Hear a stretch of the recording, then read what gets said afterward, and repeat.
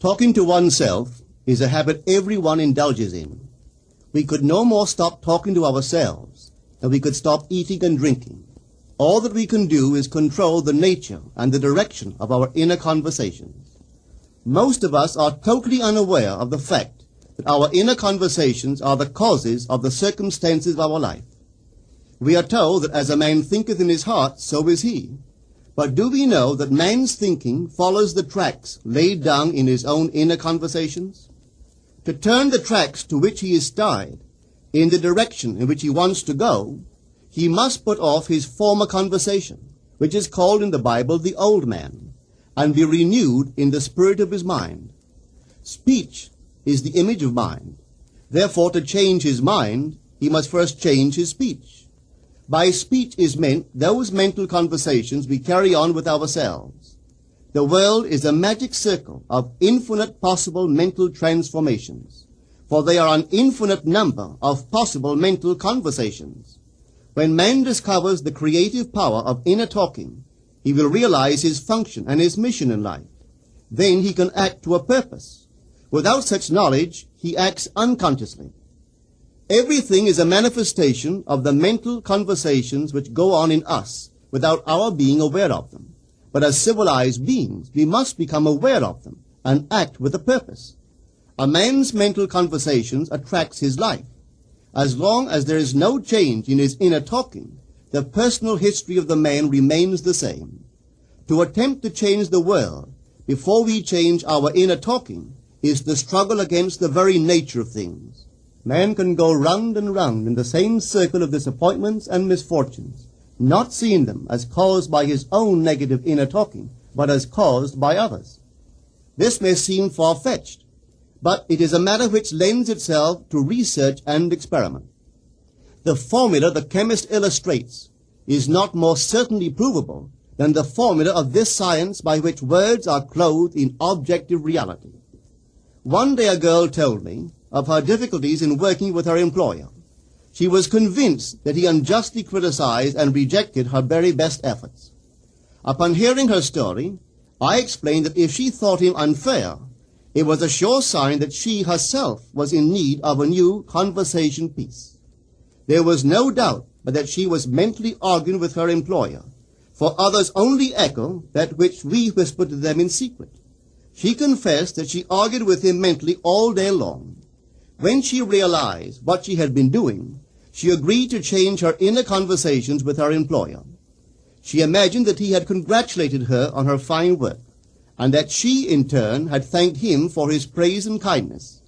To her great delight, she soon discovered that her own attitude was the cause of all that befell her. The behavior of her employer reversed itself. It echoed, as it had always done, her mental conversations with him. I rarely see a person alone without wondering to what conversation piece is he tied. On what mysterious track is he walking? We must begin to take life consciously, for the solution of all problems lies just in this. The second man, the Lord from heaven in all of us, is trying to become self-conscious in the body, that he may be about his Father's business. What are his labors? To imitate his Father, to become master of the Word, master of his inner talking, that he may mold this world of ours into a likeness with the kingdom of love. The prophet said, "Be ye imitators of God as dear children." How would I imitate God? Well, we are told that God calls things that are not seen as though they were seen, and the unseen become seen. This is the way the girl called forth praise and kindness from her employer. She carried on an imaginary conversation with her employer from the premise that he had praised her work, and he did. Our inner conversations represent in various ways the world we live in. Our individual worlds are self-revelations of our own inner speech. We are told that every idle word that men shall speak, they shall give account thereof. For by their words they shall be justified, and by their words they shall be condemned. We abandon ourselves to negative inner talking, yet expect to retain command of life. Our present mental conversations do not recede into the past as man believes, They advanced into the future to confront us as wasted or invested words. My word, said the prophet, shall not return unto me void, but it shall accomplish that which I please, and it shall prosper in all the things whereto I sent it. How would I send my word to help a friend? I would imagine that I am hearing his voice, that he is physically present, that my hand is on him. I would then congratulate him on his good fortune, tell him that I have never seen him look better. I would listen as though I heard him. I would imagine that he is telling me he has never felt better, he has never been happier. And I would know that in this loving, knowing communion with another, a communion populous with loving thoughts and feelings, that my word was sent, and it shall not return unto me void, but it shall prosper in the thing whereto I sent it. Now is the accepted time. Now is the day of salvation. It is only what is done now that counts, even though its effects may not be visible until tomorrow. We call not aloud, but by an inner effort of intense attention. To listen attentively, as though you heard, is to create. The events and relationships of life are your word made visible. Most of us rob others of their willingness and their ability to be kind and generous by our fixed attitudes towards them. Our attitudes unfold within us in the form of mental conversations. Inner talking from premises of fulfilled desire is the way to consciously create circumstances. Our inner conversations are perpetually outpictured all around us in happenings. Therefore, what we desire to see and hear without, we must see and hear within, for the whole manifested world goes to show us what use we have made of the word. If you practice this art of controlled inner speaking, you too will know what a thrill it is to be able to say, and now I have told you before it come to pass, that when it is come to pass, ye might believe. You will be able to consciously use your imagination to transform and channel the immense creative energies of your inner speech from the mental, emotional level to the physical level. And I do not know what limits, if any, there are to such a process. What is your aim? Does your inner talking match it? It must, you know. If you would realize your aim, for as the prophet asked, can two walk together except they be agreed? And of course the answer is no, they cannot. The two who must agree are your inner conversation and the state desired. That is, what you desire to see and hear without, you must see and hear within. Every stage of man's progress is made by the conscious exercise of his imagination, matching his inner speech to his fulfilled desire. As we control our inner talking, matching it to our fulfilled desires, we can lay aside all other processes. Then we simply act by clear imagination and intention. We imagine the wish fulfilled and carry on mental conversations from that premise. The right inner speech is the speech that would be yours were you to realize your ideal. In other words, it is the speech of fulfilled desire. Now you will understand how wise the ancient was when he told us in the Hermetica, there are two gifts which God has bestowed upon man alone, and on no other mortal creature. These two are mind and speech, and the gift of mind and speech is equivalent to that of immortality. If a man uses these two gifts rightly, he will differ in nothing from the immortals. And when he quits his body, mind and speech will be his guides, and by them he will be brought into the troop of the gods and the souls that have attained to bliss. With the gift of mind and speech, you create the conditions and circumstances of life. In the beginning was the Word, and the Word was with God, and the Word was God. The Word, said Hermes, is Son, and mind is Father of the Word. They are not separate one from the other, for life is the union of word and mind. You and your inner talking, or word, are one. If your mind is one with your inner conversation, then to be transformed in mind is to be transformed in conversation. It was a flash of the deepest insight that taught Paul to write, put off the former conversation, the old man, which is corrupt, and be renewed in the spirit of your mind. Put on the new man.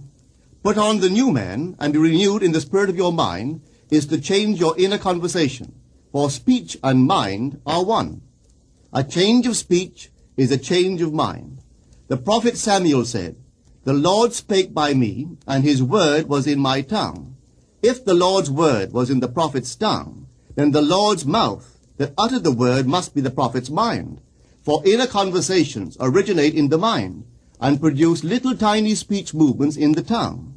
The prophet is telling us that the mouth of God is the mind of man, that our inner conversations are the word of God, creating life about us as we create it within ourselves. In the Bible you are told that the word is very near to you, in your mouth and in your heart, that you may do it. See, I have set before you this day life and good, death and evil, blessings and cursings. Choose life. The conditions and circumstances of life are not created by some power external to yourself. They are the conditions which result from the exercise of your freedom of choice, your freedom to choose the ideas to which you will respond. Now is the accepted time. This is the day of salvation.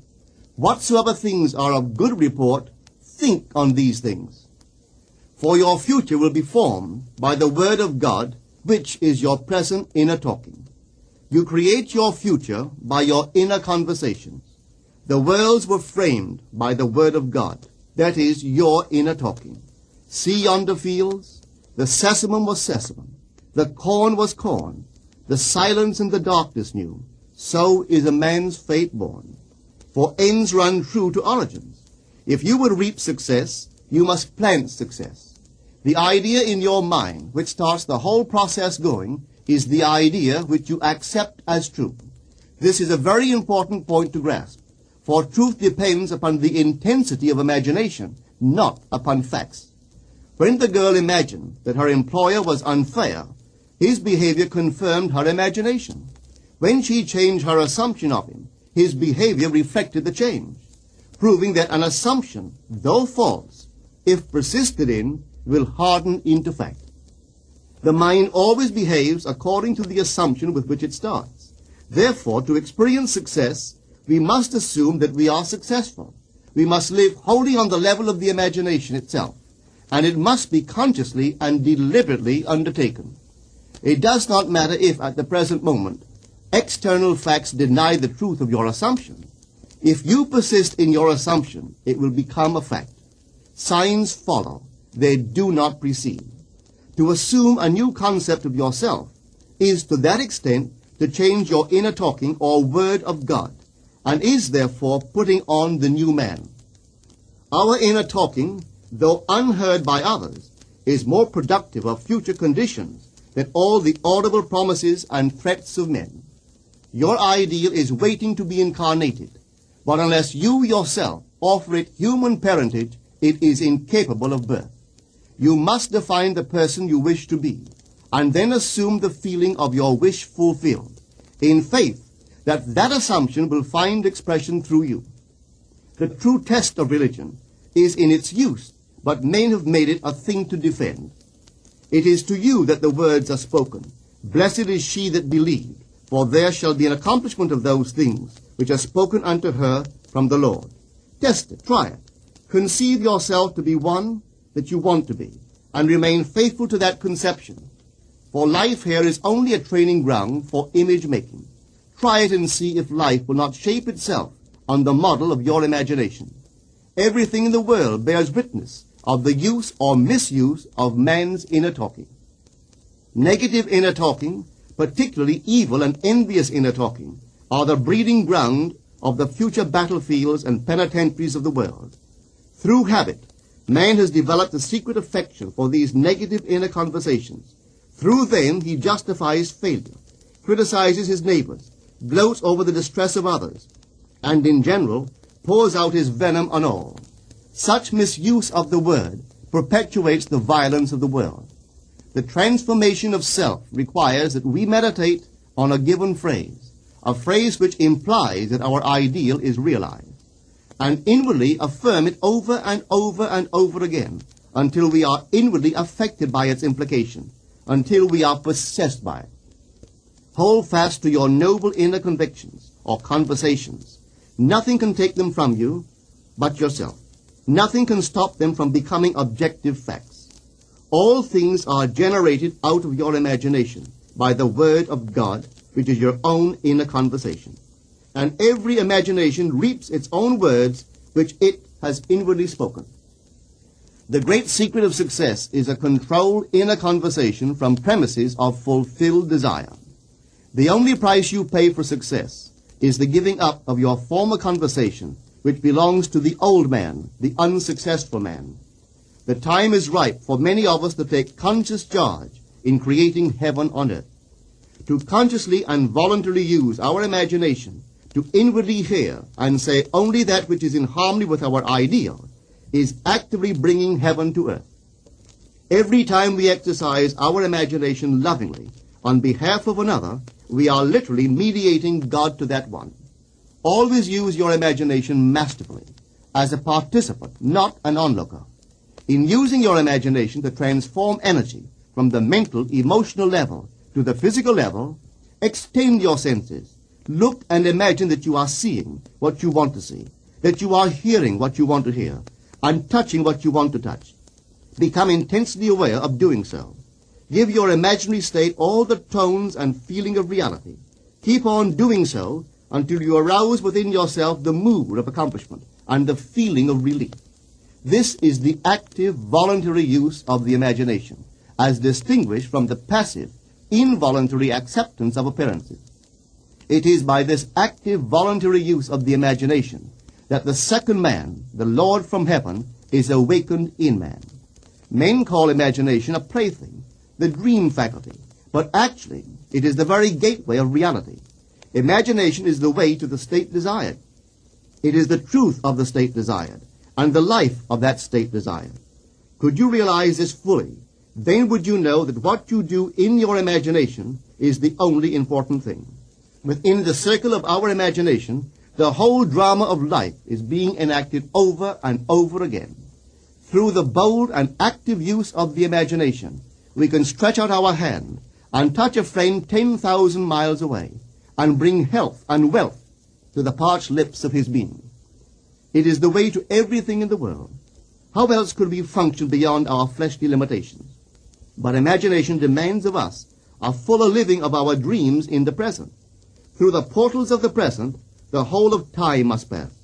Imagine elsewhere as here, and then as now. Try it and see. You can always tell if you've succeeded in making the future dream a present fact by observing your inner talking. If you are inwardly saying what you would audibly say, were you physically present and physically moving about in that place, then you have succeeded. And you could prophesy it from these inner conversations and from the moods which they awaken within you, what your future will be. For one power alone makes a prophet, imagination, the divine vision. All that we meet is our word made visible, and what we do not now comprehend is related by affinity to the unrecognized forces of our own inner conversations and the moods which they arouse within us. If we do not like what is happening to us, it is a sure sign that we are in need of a change of mental diet. For man, we are told, lives not by bread alone, but by every word that proceeds from the mouth of God. And having discovered the mouth of God to be the mind of man, a mind which lives on words or inner talking, we should feed into our minds only loving, noble thoughts. For with words or inner talking, we build our world. Let love's lordly hand raise your hunger and thirst to all that is noble and of good report, and let your mind starve ere you raise your hand to a cup love did not fill, or a bowl love did not bless, that you may never again have to say, "What have I said? What have I done?" O all-powerful human word.